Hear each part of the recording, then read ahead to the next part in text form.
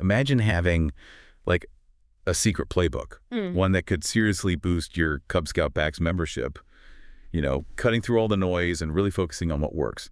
That's exactly the kind of deep dive we're taking today. Yeah, we're looking at the very latest strategies, the resources for Cub Scout fall recruiting. We're pulling insights straight from a recent training video designed to help units just like yours. Mhm. Our mission really is to pull out the most important bits of knowledge and, honestly, some surprising insights so you feel instantly up to speed and ready to, well, drive that growth. And when I say surprising, I mean there are some real aha moments in here.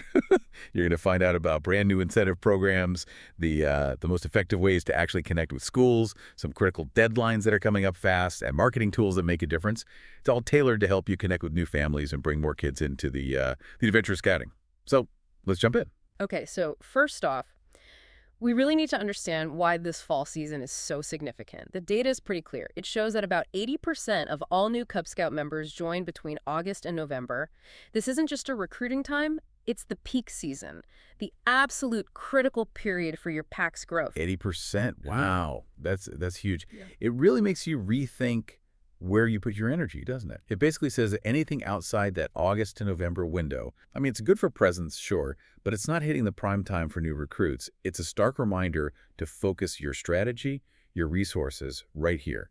And this is where it gets really interesting. For the very first time, the Sam Houston Area Council is rolling out a brand new membership incentive plan. Right. It's a new approach. It's really about empowering units, getting them to take ownership of their own success. Now, to qualify for these new incentives, your unit has to meet a few key requirements. Essentials, really.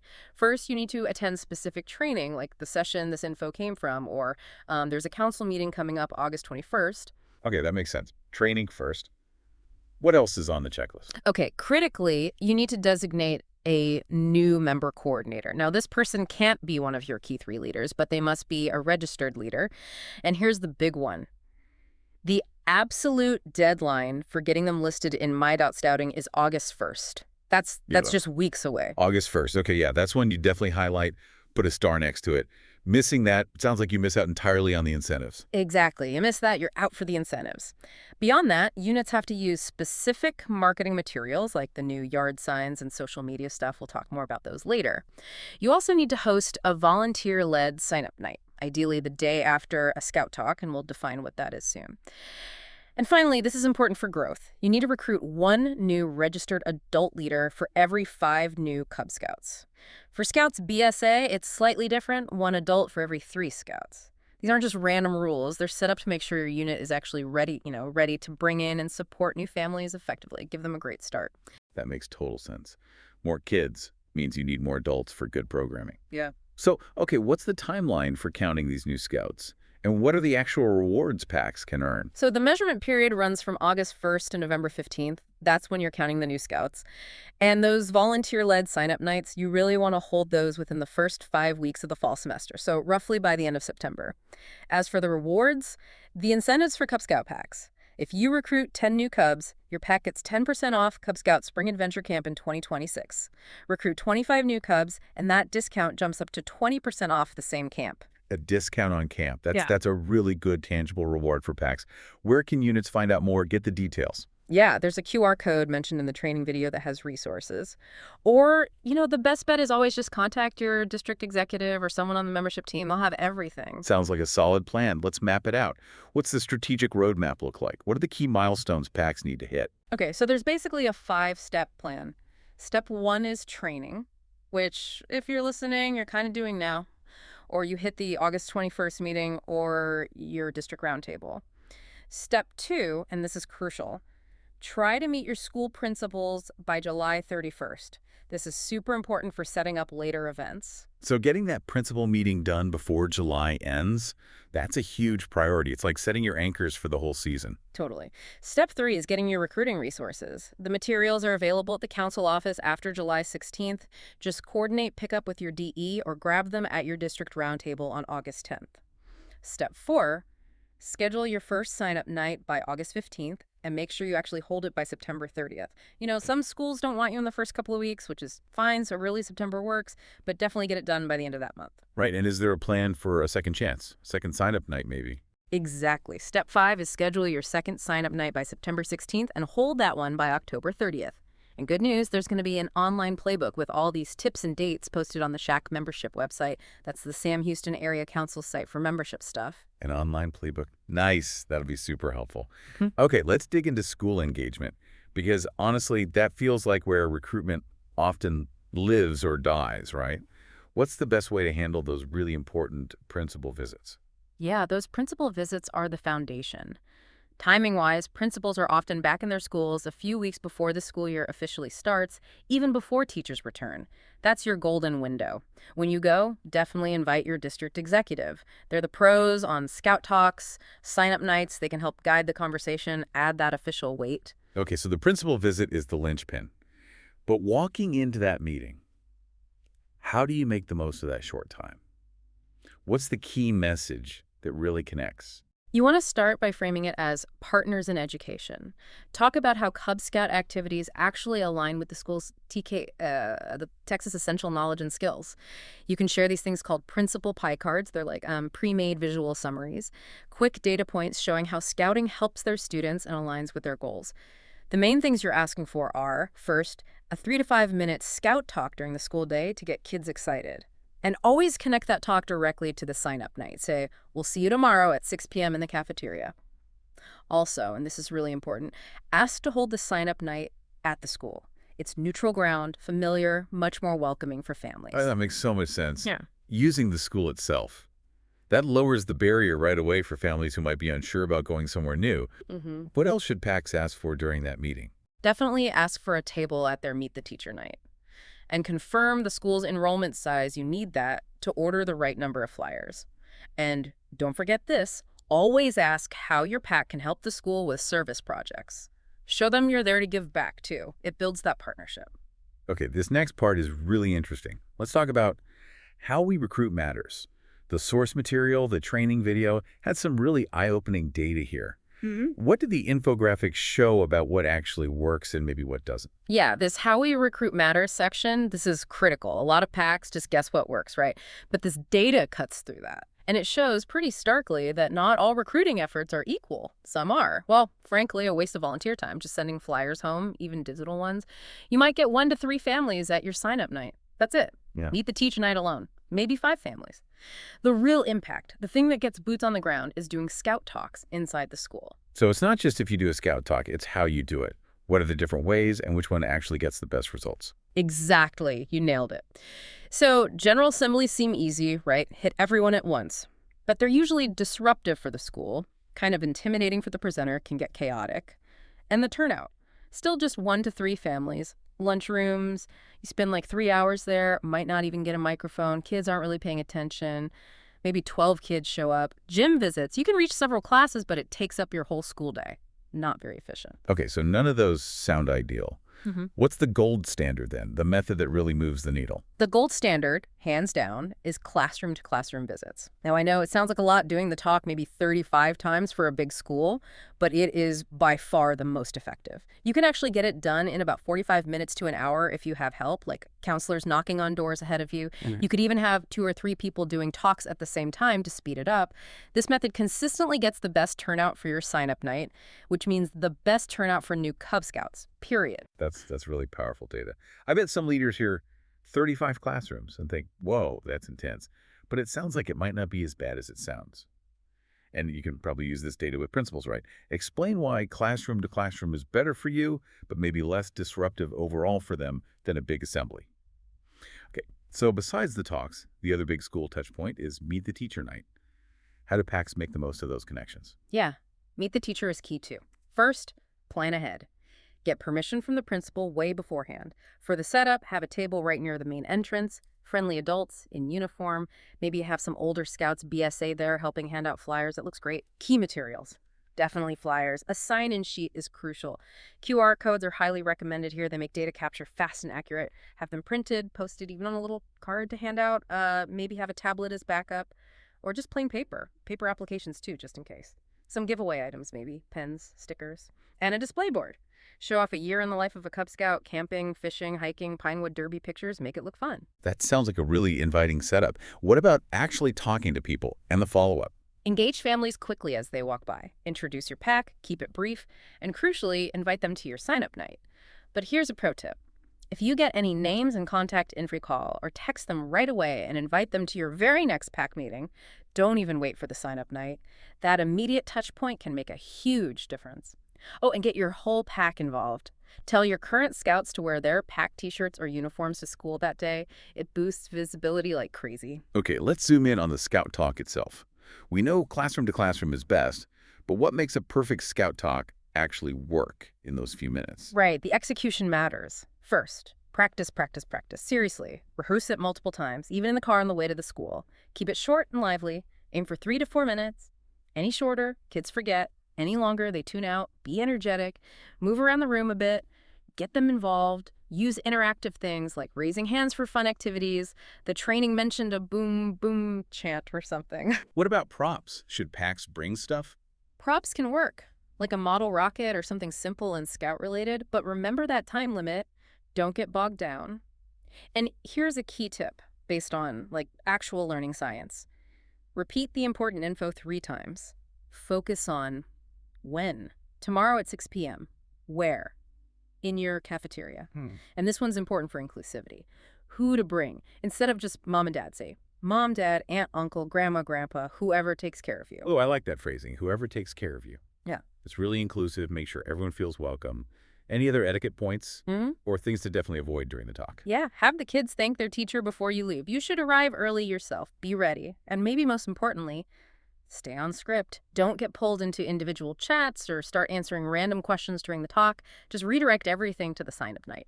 That's a great question. I'll answer that tomorrow at 6 o'clock in your cafeteria. Then make a quick, friendly exit. That's smart. Keeps it focused and respects the teacher's time. Okay, moving on to the sign-up night itself. Let's master that. What are the best practices for logistics? And maybe most importantly, how do you lower those barriers so families actually join? Okay, sign-up night. Location first. Hold it at the school. Familiar place, like the cafeteria, library, even the main entryway. It just feels less intimidating, more welcoming. Keep the event itself short. Aim for 20-30 minutes. If you start a bit late waiting for people, that's fine, but keep it moving. You can do a deeper parent orientation at the next PAC meeting. And the day of the week matters too, right? Absolutely. Best days are Tuesday, Wednesday, or Thursday evenings, and always, if possible, the day right after your Scout talks. That maximizes the impact. Avoid big holidays, obviously. Your main goal right then and there, collect everyone's contact info. And try to register every kid who shows up. I mean, they came. They're interested. Have key info ready, calendars at least for the next 3-6 months of activities, and leader contact info. Okay, now here's the big one for families. And I know a lot of units wrestle with this. Minimizing those upfront costs. How can PACs handle that potential barrier effectively? Yeah, this is super critical for getting families to commit. So national fees are currently $85 for the year, plus a $6 insurance fee. That $6 fee is secondary insurance, or primary if they don't have other coverage. Those are annual fees. Now, PACs have their own dues too, right? For activities, awards, etc. But here's a really powerful strategy. Consider charging a smaller initial PAC fee when they join. Maybe just $20 or so. Enough to cover immediate basics like their rank badge and neckerchief, just to get them started. The idea is you don't want to scare families away with a big $100 plus bill right up front, especially if they have multiple kids joining. PACs that have tried this, charging just a small initial fee, have seen significantly higher joining rates. You can then cover the rest of your PAC budget through things like popcorn sales or other fundraisers later. And remember, financial assistance is always available through your district executive if cost is a real barrier for a family. That strategy, the smaller initial fee, that sounds incredibly powerful. It tackles a major hurdle head on. Are there any potential downsides or things PACs need to be careful about if they try that? It feels like it could really change the sign-up conversation. The main thing is just being really clear, transparent about how the rest of the PAC's costs will be covered. Usually it's fundraising, so communicate that clearly. But honestly, the feedback is overwhelming. Lowering that initial financial barrier, it's a massive win for recruitment. Okay, shifting gears a bit. Let's talk digital. How can units best use online registration and the lead management tools to back all this up? Right. Transparency is key. Got it. So The benefits of using the online registration system are huge. It gets rid of bad handwriting on paper forms, allows digital approvals, gives you a dashboard to track leads and applications. It sends daily notifications, gives you a unit-specific QR code, lets families pay online, and can even send out automatic welcome emails. It streamlines a lot. And how do unit leaders actually get to these tools? Simple. Log into your My.Scouting account, go to your unit, then find Invitation Manager. From there, you can download your unit's unique QR code like a PNG or JPEG. You can print and copy your unit-specific registration URL. But here's a really important warning. Do not just blast your unit-specific QR code or URL all over public social media like your main Facebook page, unless maybe it's a closed group just for your immediate neighborhood. Why? Because those links go only to your unit. You could get applications from people way outside your area. For Brad's social media posts, always direct people to bscout.org. They can search by zip code there and find the right unit for them. Okay, that is a crucial distinction. Use BScout for broad outreach. Use your specific link for targeted invites. So this invitation manager, it's more than just registration. It's also for leads. Exactly. It's a lead management tool, too. Yeah. You can manually add names and emails of prospects, maybe people referred by current families, or use it like a digital sign-in at Meet the Teacher if you have internet. Then you can email them the online application link directly, or even help them register right there on the spot electronically. Gotcha. Okay, that leads us right into marketing and communication. How do we spread the word effectively? What resources does the BSA Brand Center offer? The BSA Brand Center is fantastic. It's your library for professional photos, videos, even suggested text for posts. Using it makes your stuff look polished and on brand. Theme-wise, the Sam Houston Area Council's theme for 2025 is Scouting. It all starts here. You'll see variations like fun starts here, leadership starts here, character development starts here, teamwork starts here. The national organization's theme is Adventure On. Both themes generally point people towards bscout.org. And what about advertising support from the council? Is there a budget for that? Yeah, there's a pretty significant budget from the Sam Houston Area Council, $150,000 total. $50,000 of that is for public relations. Think articles in the Houston Business Journal, the Chronicle, maybe a spot on a local show like Great Day Houston. The other $100,000 is purely for recruitment advertising. About $10K is for a slow burn social media presence from Jan to July. The rest, the big chunk, hits during the main fall campaign, August 15th to October 15th. You'll see those ads mostly on social media, Instagram, YouTube, Facebook, but also on Google News and Search, Reddit, and even some streaming services like Disney+. Okay, and a really important update people need to know. What's the deal with the old text-to-join number? Yes. Big update here. That text to join number, it's gone. It's no longer in use. So if you have old yard signs with that number on them, don't toss them. A scout is thrifty, right? Just cover up the old number. The suggestion was literally 2 pieces of 8.5 by 11 paper typed over it. Then write your pack's specific info right on the paper. Cub Scout Pack 1655 or Join Us Tuesday, 6 p.m. in the cafeteria. You can even put clear tape or a page protector over your writing to weatherproof it and reuse the sign. Huh, that's brilliant. Very practical, very thrifty. Love it. What about other physical things units can use? Flyers, signs? Yep, there's new stuff. The recruitment flyers are now double-sided, English on one, Spanish on the other. They have a QR code to bscout.org and a blank white space where you write in your specific sign-up night details. There are also Cub Scout invitation cards. These are half-sheet size, also English-Spanish. Perfect for handing out during those classroom scout talks. And the new yard signs. They're corrugated plastic, pretty durable. They feature it all starts here, themes, leadership, adventure, character, fun. Each pack gets 4.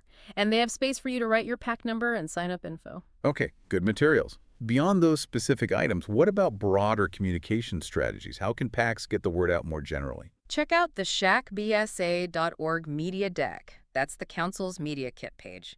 It has best practices for photos, like use a clear lens, good lighting suggestions for social media posts, focus on events, service projects, arrow of light ceremonies, crossovers, also tips for social media stories. And a simple thing everyone can do, follow the council on Instagram, Facebook, LinkedIn, YouTube, like and share their posts.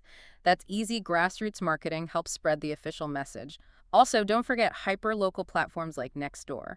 Posting about your PAC meetings or specific events there can be really effective for reaching families right in your neighborhood. What about dealing with actual media or getting notices in places like church bulletins? If any actual media contacts your PAC, the advice is to direct them to the council's marketing director. They handle the official PR. But the Media Kit also has templates and examples you can use for submitting announcements to, say, local community newspapers or for crafting messages for church bulletins. It gives you a starting point. Okay, this feels like it brings us to something the source material really emphasized. Maybe the most crucial part for actually getting kids signed up after you've made contact, the power of follow-up. You are absolutely right. This was stressed again and again. It's probably the single biggest place where potential members fall through the cracks. So, for families who came to your sign up night but didn't join right then, you need a simple, consistent follow up plan. Here's the 3-step process they recommended. Step 1. The very next day, send an email or text. Great seeing you last night. Our next meeting is date time. Hope to see you there. Simple. Step 2. The following Monday or Tuesday, send another reminder email or text inviting them again to that upcoming meeting. Step 3. The night of the meeting, send one final reminder text or email. It sounds basic, maybe even a little repetitive, but PACs that do this consistently see huge success in getting those families to come back and actually join. It shows you care, keeps scouting top of mind, and makes it easy for them. That's such a practical, actionable plan. It doesn't sound hard, just requires consistency. That could really boost conversion rates. Any last quick tips, maybe about using photos on social media or any other new perks? Yeah, photos are great for social media, show the fun, but always be mindful of family preferences. If a family asks you to take down a picture of their child, do it immediately, no questions asked. One good practice is maybe announce before you take a group photo, hey, this one's for Facebook. That gives families who aren't comfortable a chance to step aside easily. Oh, And here's a really cool new incentive for the kids themselves. Every new Cub Scout who joins gets a rocket. The districts are planning specific Rocket Day events, probably mid-October or early November, so you can promote that as an immediate fun thing they get to do right after joining. a rocket. That's awesome. Talk about an immediate adventure. Okay, wow. We have really covered a lot here. A true deep dive into the blueprint for Cub Scout fall recruiting. We've hit everything from understanding those new incentive programs and the strategic timelines to mastering school engagement, leveraging digital tools, and using compelling marketing. It seems undeniably clear that success really boils down to proactive planning and maybe above all, that consistent follow-up. Absolutely. And the so what for you listening, it's profound, really. Remember, every kid deserves the chance to be a scout. And like we saw in the data, families usually don't just find you on their own. You have to proactively invite them, sometimes more than once. There was a great success story mentioned, a pack that turned a 40% decline into having over 150 scouts. And it all started with one simple coffee meeting, making the ask and having a plan. It perfectly illustrates that old saying, proper planning prevents poor performance. That is such a powerful example of what's possible with intentional effort. Okay, so as you, the listener, think about all these strategies we've unpacked today, here's something to mull over. What one small step can you take today, maybe something you haven't thought of before, to put this comprehensive plan into action in your unit and really ensure every kid in your community gets that chance to experience the adventure of scouting